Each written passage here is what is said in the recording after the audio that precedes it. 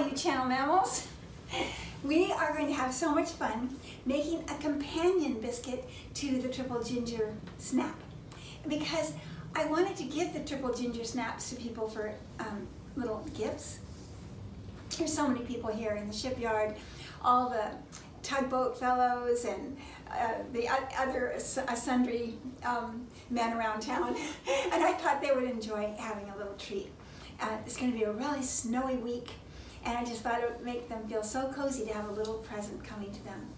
So I wanted to make another kind of biscuit, because just the triple ginger snaps seemed kind of lonely. And so I thought, I wonder if I could somehow adapt a snickerdoodle and have it as the companion biscuit. But then I thought, no, you know what? I'm going to use the triple ginger biscuit snap recipe and change everything from dark to light that I can. So instead of using the dark brown sugar, I'm using white sugar. Instead of using molasses, I'm using corn syrup. And is there anything else? I think those are the two major changes. And then instead of ginger and the fresh ginger and the crystallized ginger and the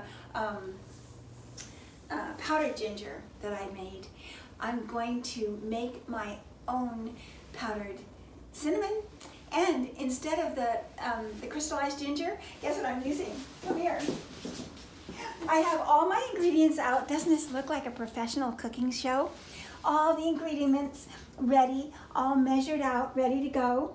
And especially very much like a professional cooking show, hot tamales. How do you like that? They're going to be in the companion biscuit, which is going to be a cinnamon snap.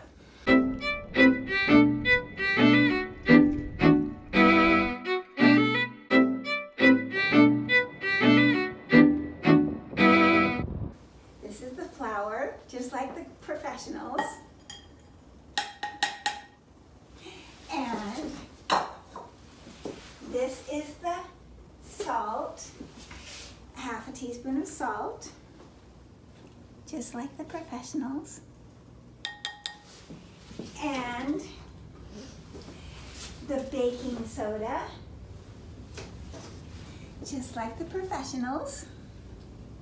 Look at that. And that stays for a while just as it is.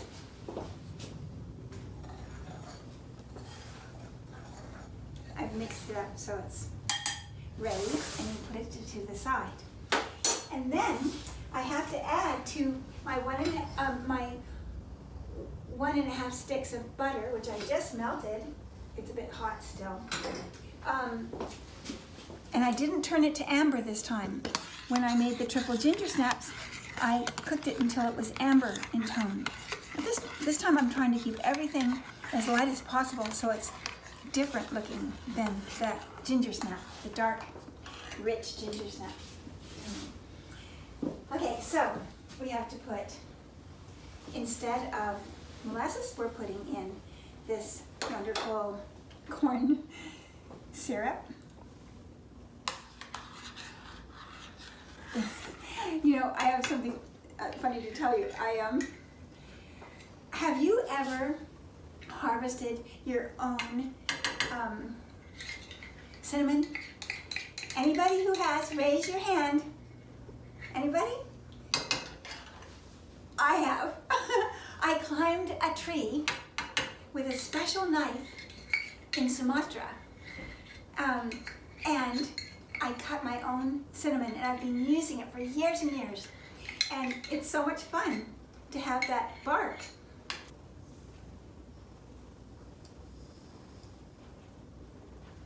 There you go. So lush, butter and sugar. My two favorite things. Isn't that great? And now the cinnamon. Okay, here we go. Here's the cinnamon, held up by a lion.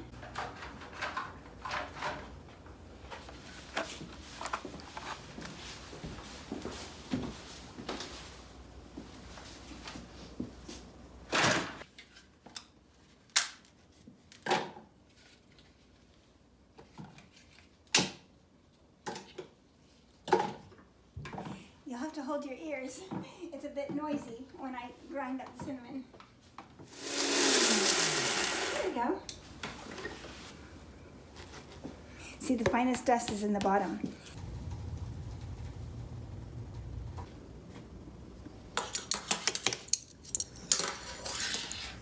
Now, in the other recipe, it was 4 teaspoons of ground up ginger and 1/2 teaspoon of cinnamon.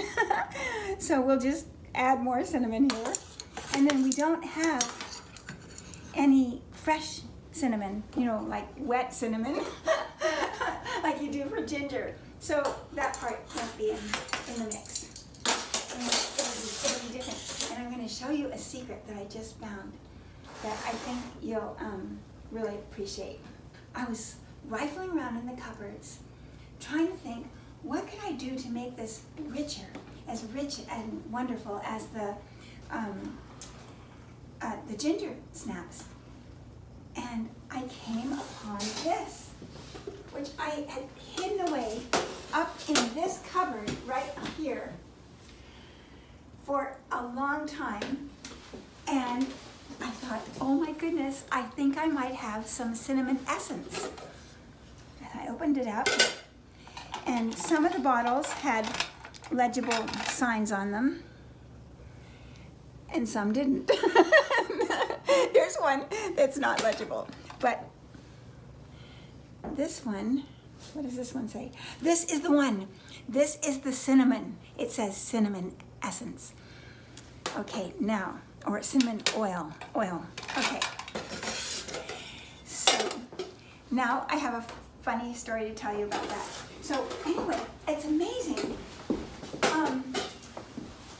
When we put this in, it just makes the flavor just explode in every dimension. And it is almost as amazing as the ginger snaps. So here's, oh, I have to turn on the cooker, but let's do this first. Okay, I have this story I have to show you. Okay. When I was a little girl in school, I must have been in about, I'm trying to think, maybe I was in the 4th grade or the 5th grade. There was a boy in our school named Robbie Schuyler. And Robbie Schuyler was taller than all the other children. And he was much more grown up than the rest of the children. He even had a pet tarantula. So he was very grown up, and he wasn't afraid of it. And he used to keep his tarantula in a jar on his desk. And then at playtime, he would take the tarantula out and let him play in a little pen that he had outside in the schoolyard. Well, everything else about him was also quite striking.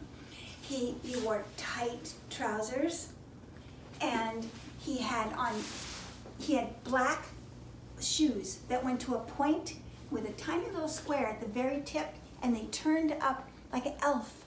And then in the back, he had taps on his shoes. So when he walked, he had this kind of attitude. He was like the cool dude. And then he had a white t-shirt with the cuffs turned up, the short sleeves turned up. So he looked very, like it showed off of his muscles. I mean, I'm not sure if he had muscles, but it showed off his arms like this. And he had a curl right in the middle of his forehead. His hair was pushed back with a little curl and a ducktail in the back. And none of us had ever seen a real ducktail up close. So we were always fascinated by Robbie Schuyler. And what he did is he had a business. He had his own business at school. He got cinnamon oil and a box of toothpicks, and he would bring it to school, and the toothpicks, he would have them soaking in the pulling all of this up through, which I'm not doing right now, but they were all wet with the oil, and he would sell them to us for a penny a piece. He made a penny off of each toothpick with the oil on it. And I remember I used to buy them from him, one per day only, and it was the most blissful thing. I see it's kind of wet on here right now. It's a bit much. But I remember that when I'd keep it in my teeth, my lips, where it would rest, would get like a little bit numb. So anyway, I don't know whether it was good or bad, but it was so much fun. And it was also funny because I didn't think of it until I forgot about Robbie Schuyler and all of his amazing presents. I have no idea what happened to him, but I'll never forget my first experiences with cinnamon oil. So it's quite a memory, and I'm so happy to share it with you. So we're going to put some cinnamon oil into this, which is going to make it just pop with excitement. We have to add the eggs, 1 egg and 1 egg yolk. So I'll put the yolk in here. So this will be the egg. This is from one of our chickens. It's the color of like a avocado color, kind of. So we'll use this. This will be the full one. So we'll put this, better put it in the right place here. And here.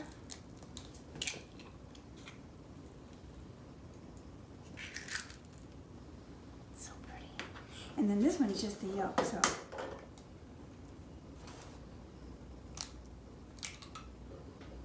I'll just save that one. I'll make something with only the whites. There we go. And then, it's going to go to the flour.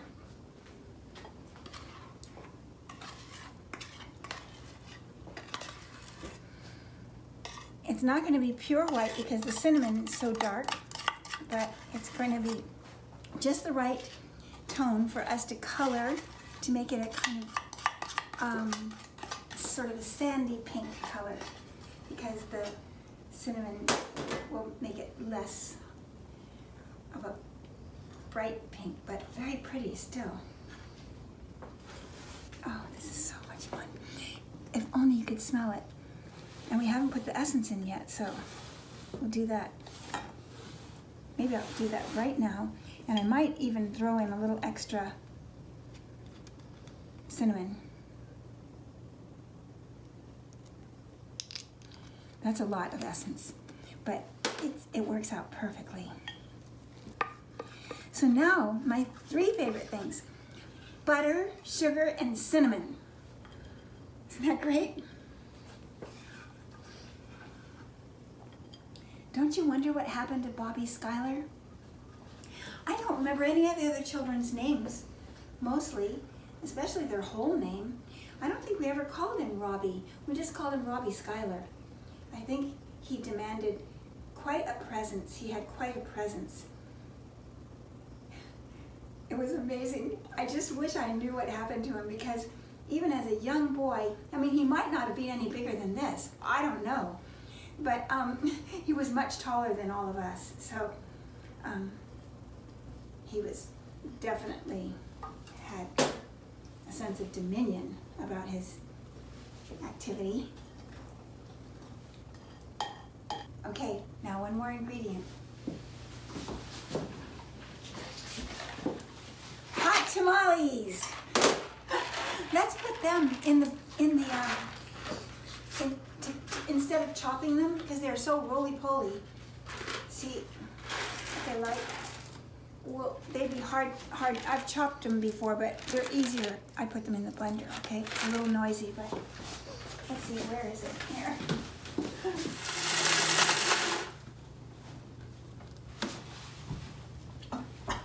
Great.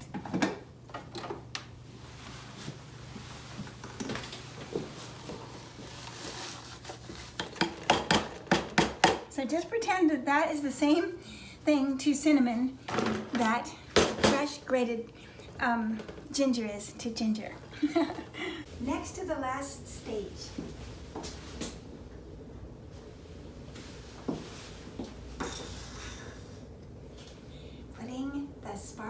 sugar on the cookies. Isn't it pretty? I love it so much. Okay, here we go.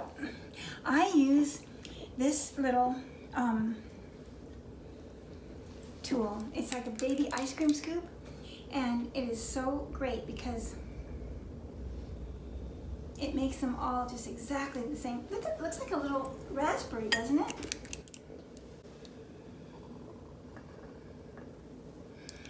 Oh, they're like jeweled raspberries. It's beautiful. See, don't you just love that sugar? I love it. I think it's the best. Off they go.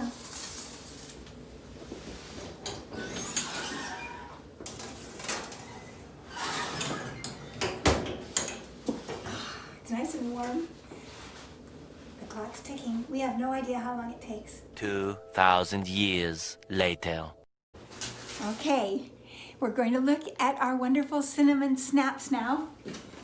And you know what I thought we should do? Is make a beautiful box and send it to Frederick, our partner who does all the editing of all my ridiculous performances here. So look at the cinnamon snaps. Aren't they beautiful? Can you see the sparkle? I don't know if you can. And then here they are with the ginger snaps. Aren't they beautiful together? Look at them together. They're just precious. So I thought what we could do is make them every other one so that they're stripes. Is that fun? Beautiful, soft, pinky stripes and beautiful, warm brown stripes. I don't know how many the box will fit, but I'll be prepared for the most. Aren't they pretty like that? Just like that, just even like that. Oh, I'm really excited. They're just what I would have ever wanted. And oh, and here, I had an idea. I had a whole bunch of these bakery boxes, and I wanted to send these gifts to other people too, besides Frederick. And I thought, I don't really like these white bakery. They look like a white bakery box. And so I thought, wait a minute. I could just fold them inside out. And voila, this is what we got. Isn't that beautiful? It looks like a very sophisticated box now, or something like that, earthy. And it's nice and fresh and white inside. Okay, and then we have to put a liner in them, right? So we'll do that.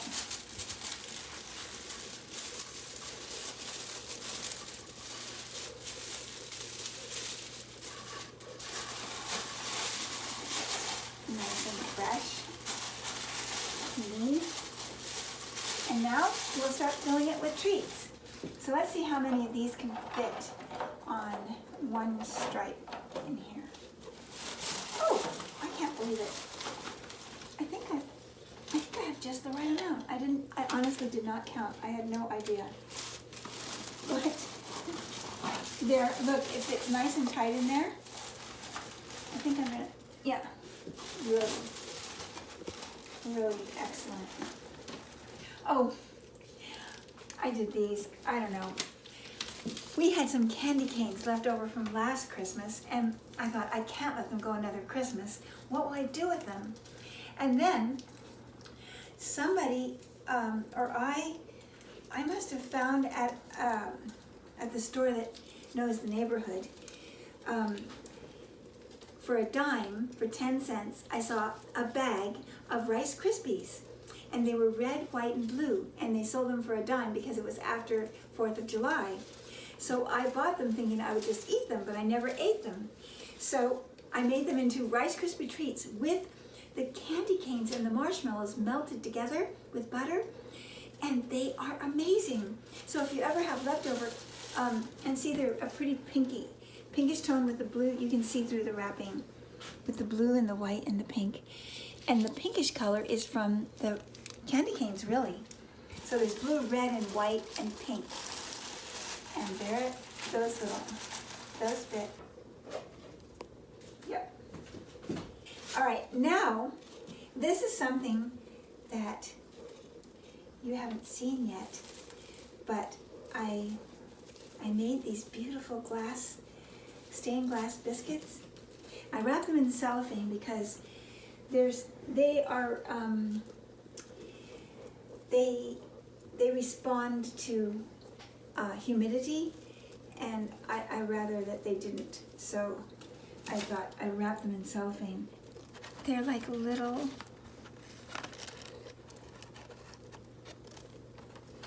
beautiful windows.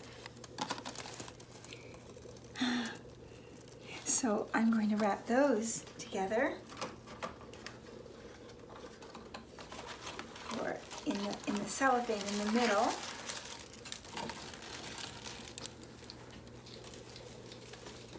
To protect them from humidity.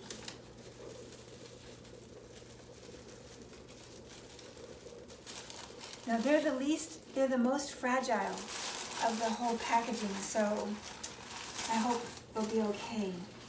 I always think people think they're going to get cookies, but they get a few little extra treats. So I found some things, and you know, everybody has things in their house that just leftover bits and bobs. Like we had these pine cones, which are useless. And we have lots of these pine cones, so I just throw those in there. And then we have these rubber bands that we made from a speech that I gave a long time ago. It's called It's About Flexibility. If you come up, you can see it. See, it's a rubber band. It's about flexibility. And here's I got a few of them here. I'll just give 2 of them. It's about flexibility. So that's going in. And then, I also have a joke. So if you come in, you can come and see it. It's on a measuring tape. There's a joke inside. It says, what did the O say to the 8? And then see this little loop? You pull this. Nice belt. Because the O, do I have to explain my jokes? The O doesn't have a belt on, but the 8 does. And so he's complimenting him on his nice belt. So the measuring tape doesn't really relate, but I'll put that in there. And then let's see, what else do we have here? We have, this is kind of Coles to Newcastle. See these little signs? They say tea. And see, they're little bags that, I won't put that one because it doesn't have a tea sign. So they're little bags of tea that we made. And the tea comes from Denmark.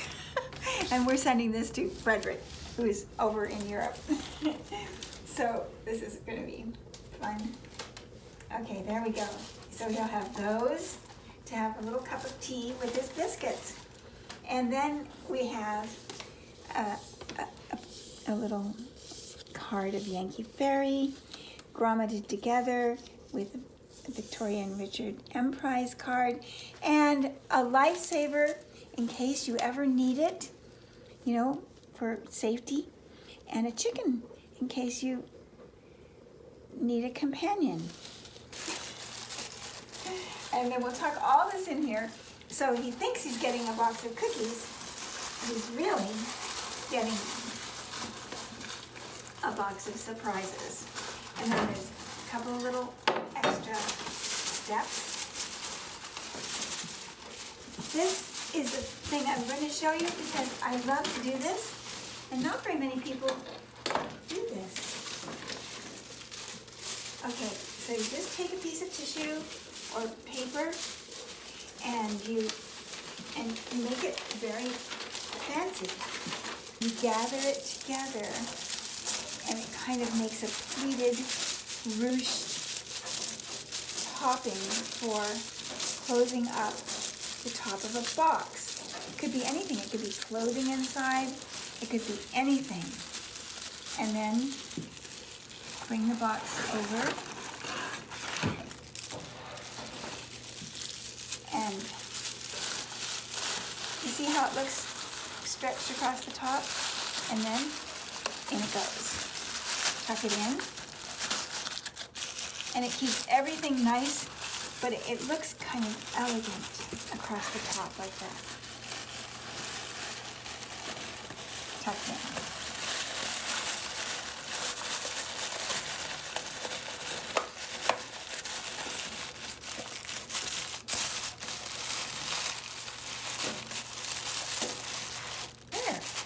It's all tucked away now. And then we're going to wrap it with a piece of ribbon that's made of wood. Isn't that amazing? I always thought that was incredible how that works. And then put some greens here, sticking out. And then we have some American flags here with halyards so that they can wave in the wind. See, they have a halyard on them. It's very, very small. A very thin little halyard. But they actually can blow in the wind. So we'll put those little flags there, blowing in the breezes.